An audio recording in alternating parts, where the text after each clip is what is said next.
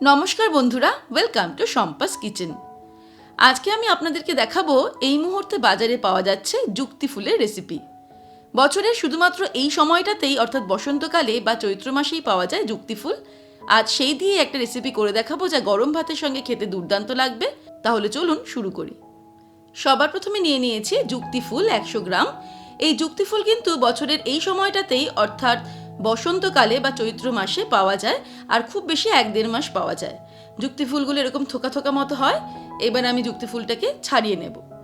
আমি 100 গ্রাম যুক্তি ফুল এখানে নিয়েছি, যার দাম পড়েছে 30 টাকা, বাজার থেকে কিনে এনেছি। এবারে ফুলগুলোর ঠিক এই গোড়ার দিকটা এইভাবে আমাদের ছিঁড়ে নিতে হবে। ফুলগুলো নিয়ে নেব আর গোড়ার দিকটা ফেলে দেবো। এরকম থোকা থোকা মতোই হয়, আর এই ফুলগুলো কিন্তু একটু তিতকুটে স্বাদের, তবে গরম ভাতের সঙ্গে খেতে খুবই ভালো লাগে। ফুলগুলোকে প্রথমে আমি এইভাবে ছাড়িয়ে নেব। এই যুক্তি ফুলের ব্যাপারে আরও একটা কথা জানাই, এই বসন্তকালে বা চৈত্র মাসে যেহেতু বিভিন্ন রকম রোগ ব্যাধির প্রকোপ বাড়ে, এই ফুল কিন্তু শরীরের জন্য খুবই ভালো, ইমিউনিটি গ্রো করতে সাহায্য করে। এবারে এইভাবে ফুলগুলো ছাড়িয়ে নিয়ে আমরা এগুলোকে ধুয়ে নেব। তার জন্য আমি বাটিতে জল নিয়ে নিলাম, আর ভালো করে অন্তত 2-3 বার জল পাল্টে পাল্টে ধুয়ে নেব, যেরকম আমরা শাক ধুই ঠিক সেইভাবে। তারপরে ফিরে আসছি। এবারে একটা কড়াই গরম করে তার মধ্যে নিয়ে নেব 1 টেবিল স্পুন মতন সর্ষের তেল।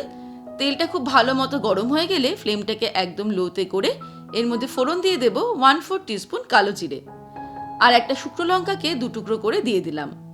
ফোড়নটাকে ফ্রাই করে নেব 15 সেকেন্ড। তারপরে এর মধ্যে দিয়ে দেব একটা আলু, যেটাকে আমি আলু ভাজার মতো কুচিয়ে নিয়েছি। আলুটা দেওয়ার পরে এর মধ্যে দিয়ে দেব 1/4 টিস্পুন হলুদ গুঁড়ো, আর দিয়ে দিচ্ছি 1/4 টিস্পুন নুন। তারপরে আলুটাকে মিনিট 2 ফ্রাই করব লো ফ্লেমে। 2 মিনিট আলুটাকে ফ্রাই করে নেওয়ার পর এর মধ্যে অ্যাড করে দেব ভালো করে ধুয়ে জল ঝরিয়ে রাখা যুক্তি ফুলগুলো। যুক্তি ফুল অ্যাড করার পরে আরও 5 থেকে 7 মিনিট আমাদের ফ্রাই করতে হবে লো ফ্লেমে, যতক্ষণ না আলুটা ভালো মতো সিদ্ধ হচ্ছে। কারণ যুক্তি ফুল কিন্তু খুব তাড়াতাড়ি সিদ্ধ হয়ে যাবে, ভাজা হয়ে যাবে, কিন্তু আলুটা একটু সময় লাগবে। তাই নাড়তে নাড়তে আমাদের দেখতে হবে যে আলুটা সিদ্ধ হলো কিনা। আলুটা সিদ্ধ হয়ে গেলে এটাকে আমরা নামিয়ে নেব।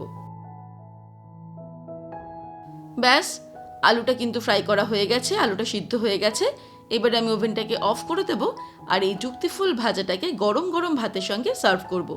যারা খেয়েছেন তারা তো জানেনই এটা কতটা টেস্টি খেতে, কিন্তু যারা কোনোদিনও ট্রাই করেননি তারা কিন্তু একবার অবশ্যই আমার কথা শুনে ট্রাই করবেন। আশা করি আপনাদের সবার খুব ভালো লাগবে।